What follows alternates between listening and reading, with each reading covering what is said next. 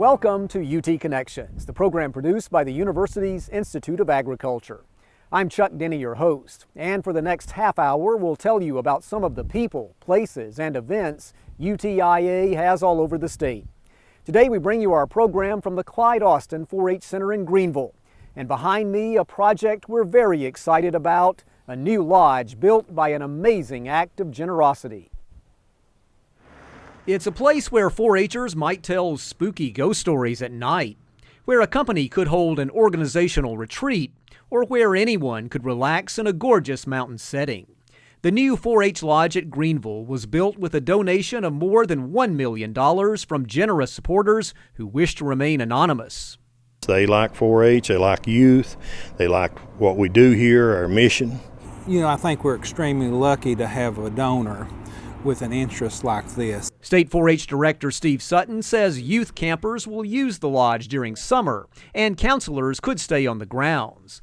But the facility was built with the idea that it could be used year-round for corporate retreats and organizational gatherings. Well, I think it offers a place where 4-H members and UT Extension groups can have meetings and retreats in a beautiful setting, a panoramic view of the mountains. But I think it'll also attract businesses and other groups there for retreats, family gatherings, team building exercises and retreats. It's just really a state-of-art building that lends itself to these kinds of things. The lodge is a 13,000 square foot, two-level facility that includes this large meeting room with a stone fireplace and large windows that overlook the countryside. Perhaps the nicest feature is the deck with a view of the Unica Mountains and surrounding countryside. Here there are some 24 rocking chairs, each donated by kind 4-H supporters. The building also includes another conference room, 16 rooms for overnight stays, and kitchen facilities. It's a versatile and beautiful building that will be used by the Greeneville community for many years to come. We have food service that we could provide for them, as well as lodging and all, and we pretty much have a complete operation here to where they wouldn't have to go off-site for anything. We have wireless internet and TVs in each bedroom, things like that, so it's a pretty nice place to come. Camp Director Andy Seals and his staff had a lot to do with the construction of this building, and for this project going from a dream to a vision to an actual place. This was a proud day for the Austin staff as the building was officially opened to the public. UTIA leaders were on hand to recognize the significance of this day and thank the people who made this possible. This lodge is just one more way that we're trying to increase and extend the outreach from the University of Tennessee, Institute of Agriculture, from UT Extension, and 4-H in the state of Tennessee. My experiences at this camp have been phenomenal. I've made so many great memories and equally as many friends. The addition of this lodge will provide new memories and new experiences for the 4-H members who come after me. One aspect of 4-H is learning about government and how our youth can become effective leaders. That's the idea with 4-H Congress, which recently held its 65th annual gathering in Nashville. Congress involves some of the state's most talented 9th and 10th graders and also includes older high schoolers, many former Congress participants who compete for college scholarships. More than 400 youth and 100 adults come to Congress. They tour sites around Nashville and spend one day where they meet in the legislative chambers in both the Senate and House. Since its beginning in 1948, some 33,000 4-H'ers and volunteers have come to 4-H Congress, and perhaps the best part, the lasting friendships for young people. Yeah, that is really exciting. I know for me personally, yesterday I met kids from Memphis. I also met kids from Anderson County and Knoxville, and then I even met some new kids like from my own region. So it's just a great networking opportunity, and because of Facebook and Twitter, we'll stay in contact and hopefully see each other at later 4-H events. The 4-H'ers also got a visit from the state's top official. Governor Bill Haslam spoke to the Congress 4-H'ers about the importance of good government, and he even encouraged them to consider running for public office someday. We really need their generation to be actively committed, to be engaged in the process.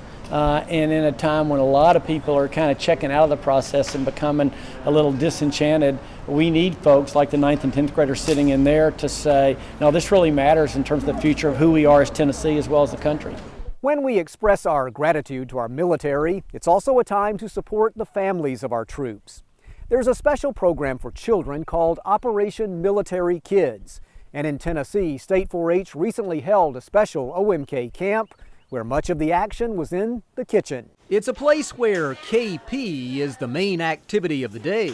But this hard-working kitchen patrol, slicing and dicing their way to breakfast, includes some unique cooks. This is OMK, or Operation Military Kids Chef Camp, held recently at this youth ranch in Rutherford County.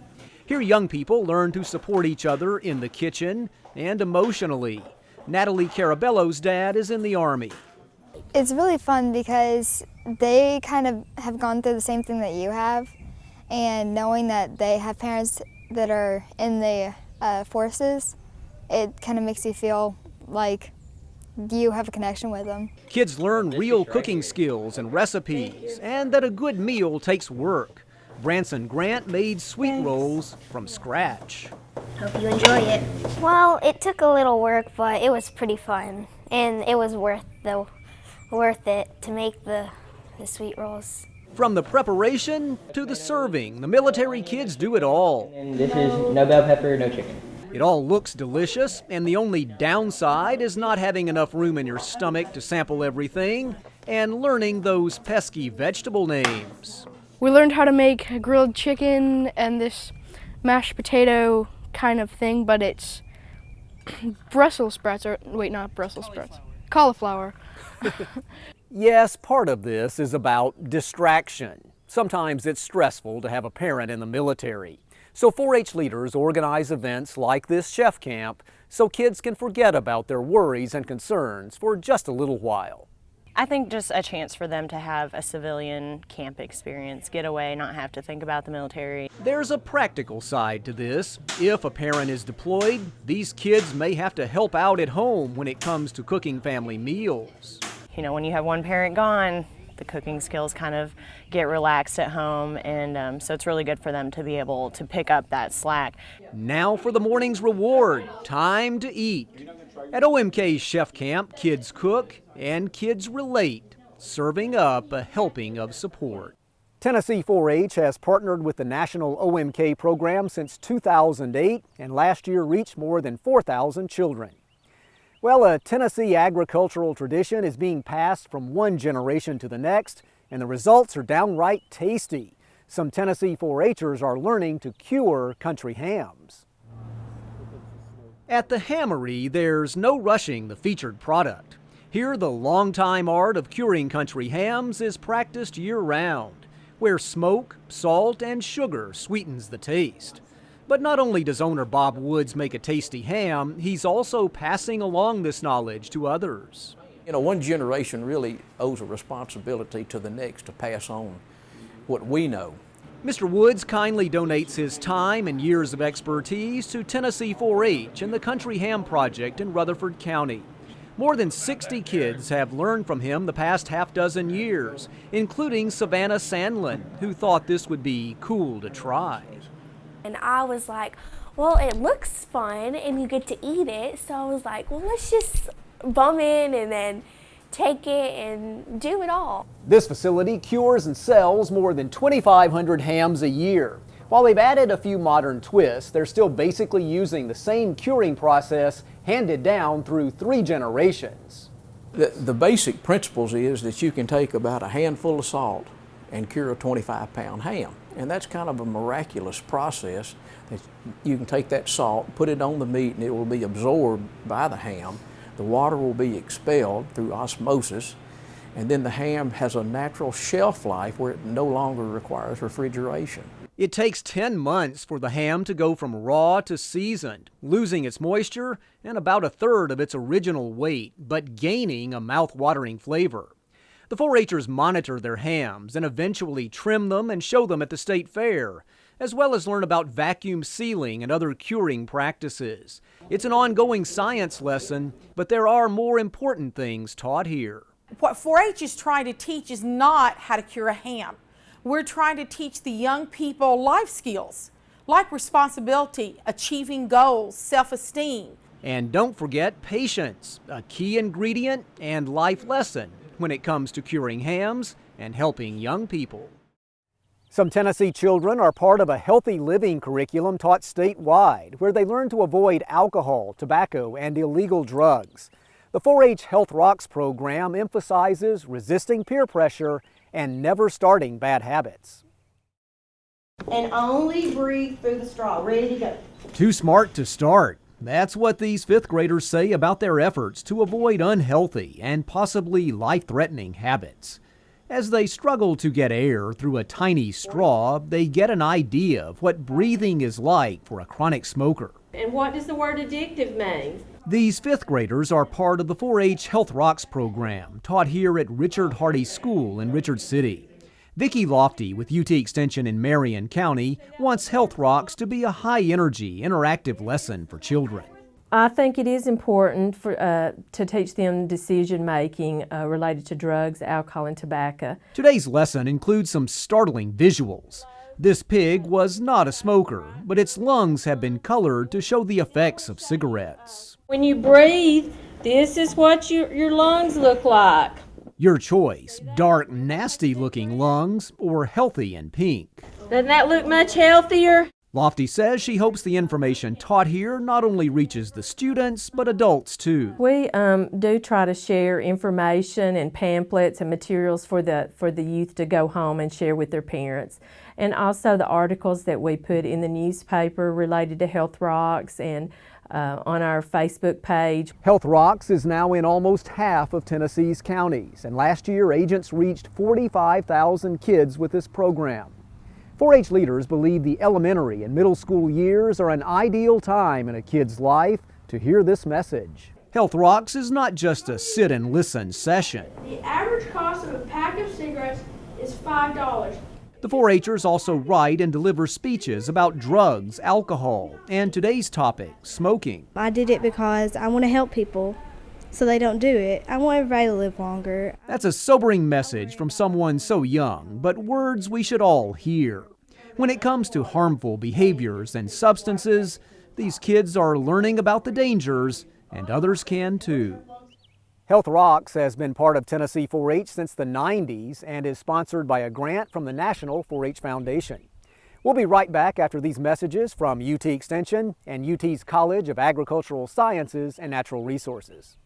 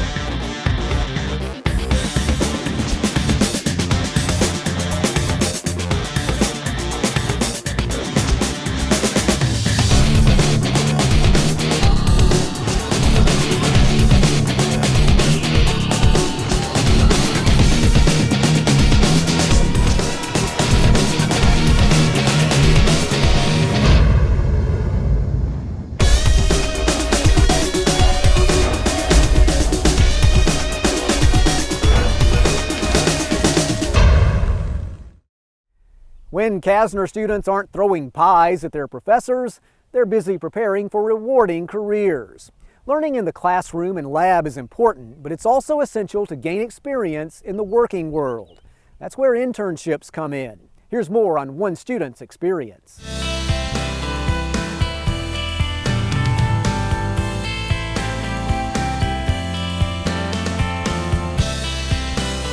Hi, I'm Cheyenne Kina, and I am a senior in plant science with a concentration in public horticulture. My internship is here at Scripps Network. I take care of the outside landscaping here. This is what I've done so far. We started here with a lot of lantana. We've planted lantana all over the place and it has exploded. It's bloomed the whole season. And then we came up here and we did this big dramatic wave effect with this redhead coleus back here. We get back there and we planted our Alaskan cedars. These are the big ones that everybody loves, the Dr. Seuss trees. We planted this plot of zinnias, which everybody loves, that exploded in fuchsia. And then this is probably the favorite of the entire garden, the flapjacks. Everybody loves the flapjacks. I just applied for a job taking care of the roses at the UT Gardens, and I interviewed there. I didn't get the job at the Gardens, but he suggested me for this internship, which I knew nothing about. Sue came up to me, I was in one of her classes, and she came up to me and said, hey, we have a job opportunity possibly happening at HGTV, and we think that you're a good fit, and are you interested? And I exploded with excitement. So much. The people I meet here on a daily basis, they're wonderful. Lots of contacts, lots of networking. I also intern taking care of interior plants at the Howard Baker building. I also take care of Dick Ott's greenhouses and work at the UT Gardens. I honestly believe that as many internships as you can possibly get in varying fields will give you just insane amounts of experience. It just was a perfect fit for me. It's been perfect since the first class I've taken. I love every second of it, and it's such a good program. The Kasner campus is such a wonderful campus, such a tight-knit community with professors who really care about you and making sure that you excel and giving you as much experience as you could possibly get, more experience than you could get anywhere else. And it's just been really wonderful for me. I ultimately want to own my own environmentally friendly resort, and also possibly like an antique garden center in the area and a green roofing business. When I was planting these little tiny plugs this spring, I was like, I don't know how these are ever going to grow, and now I look at it and everything is beautiful and full and gorgeous, and it was all 100% worth it.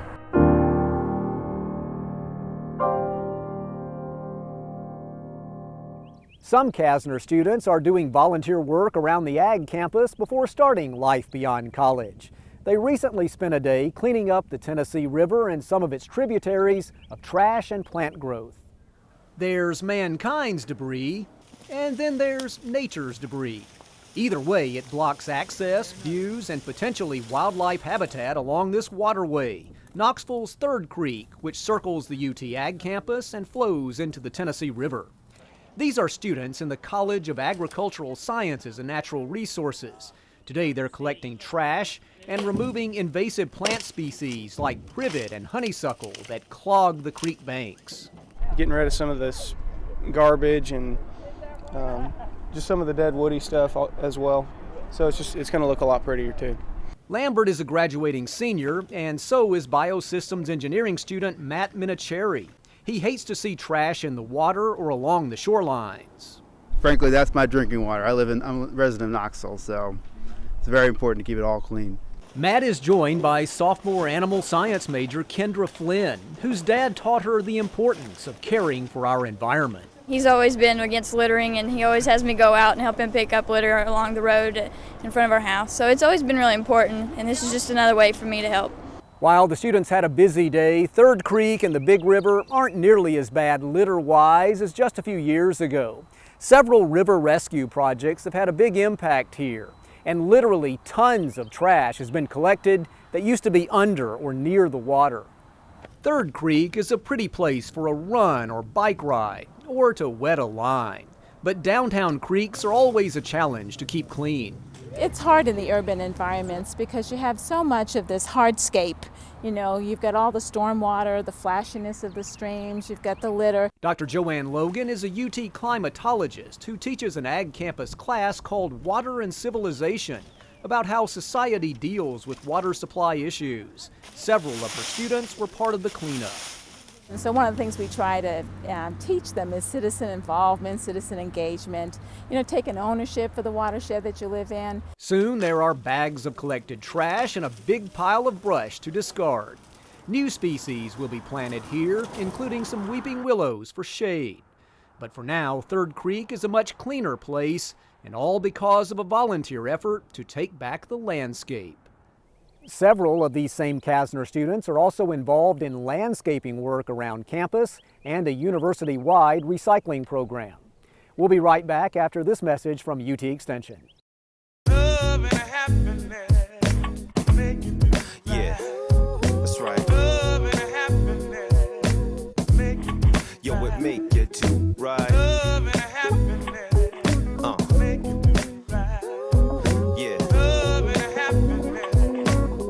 Check it out.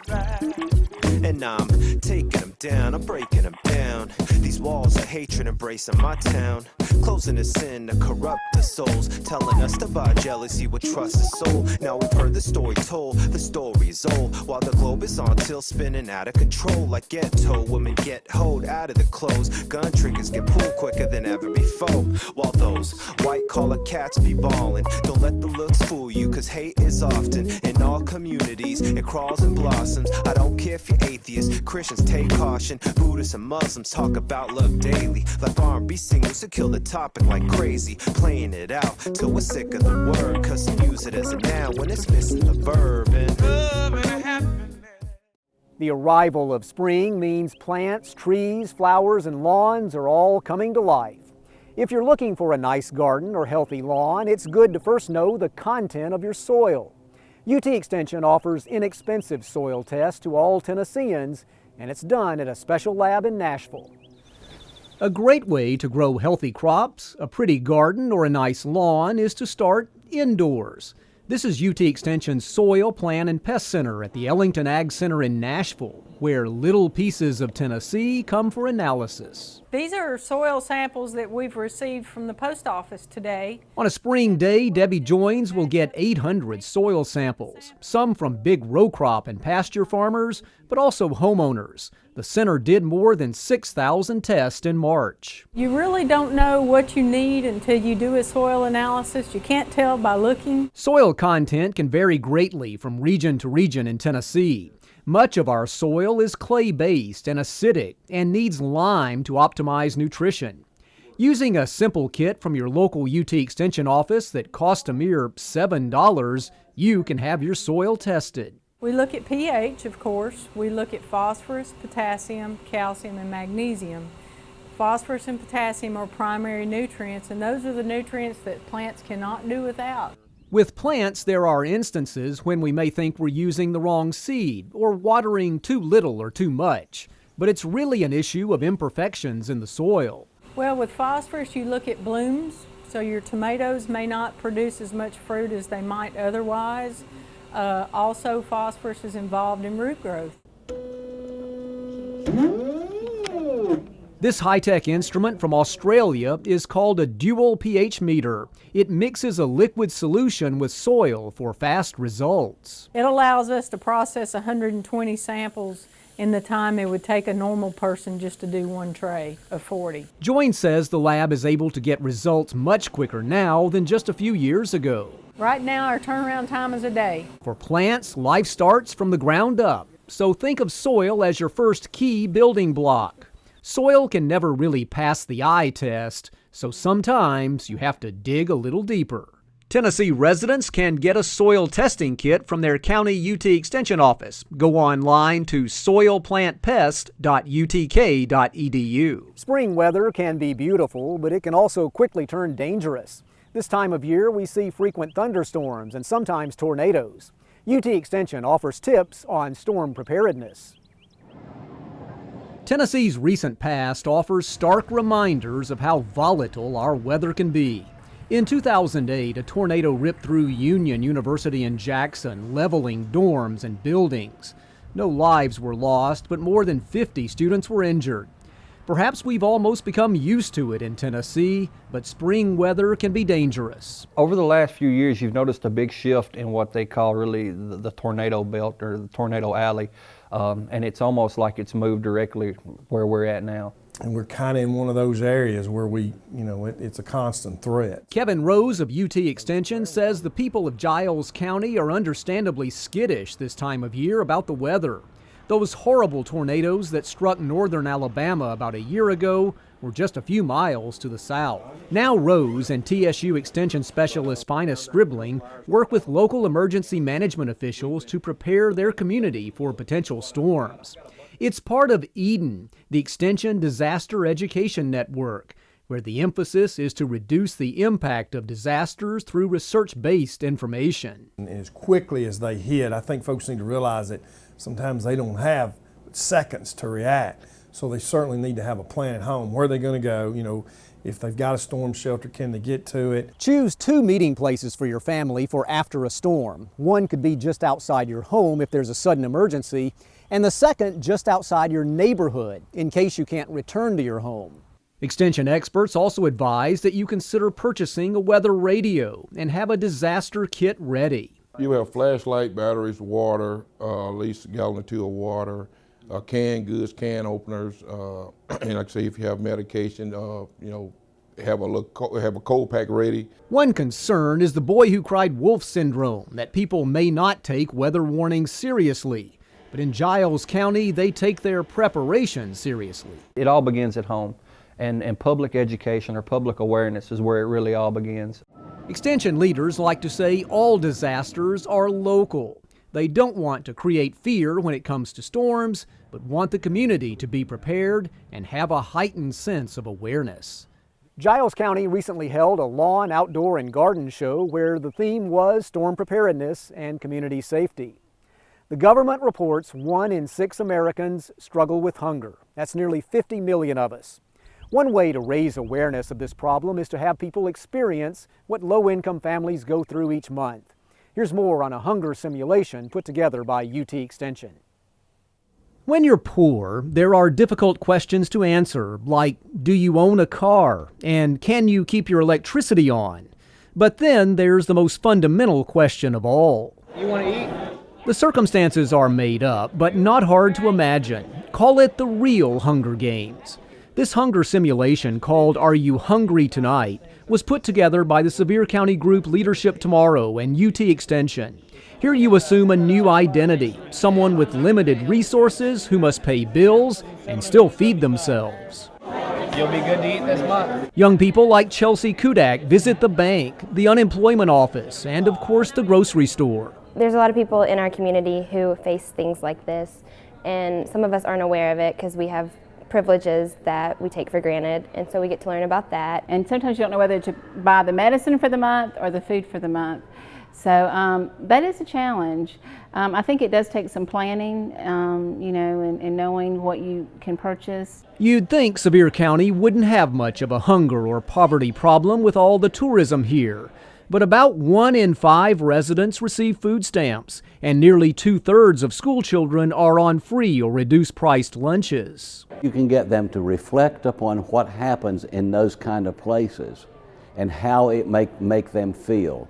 I think is critical to them to understanding what they need to do when they become adults. Hunger affects every aspect of life, including the need for an active lifestyle or to perform well at work or school. Hunger is definitely real.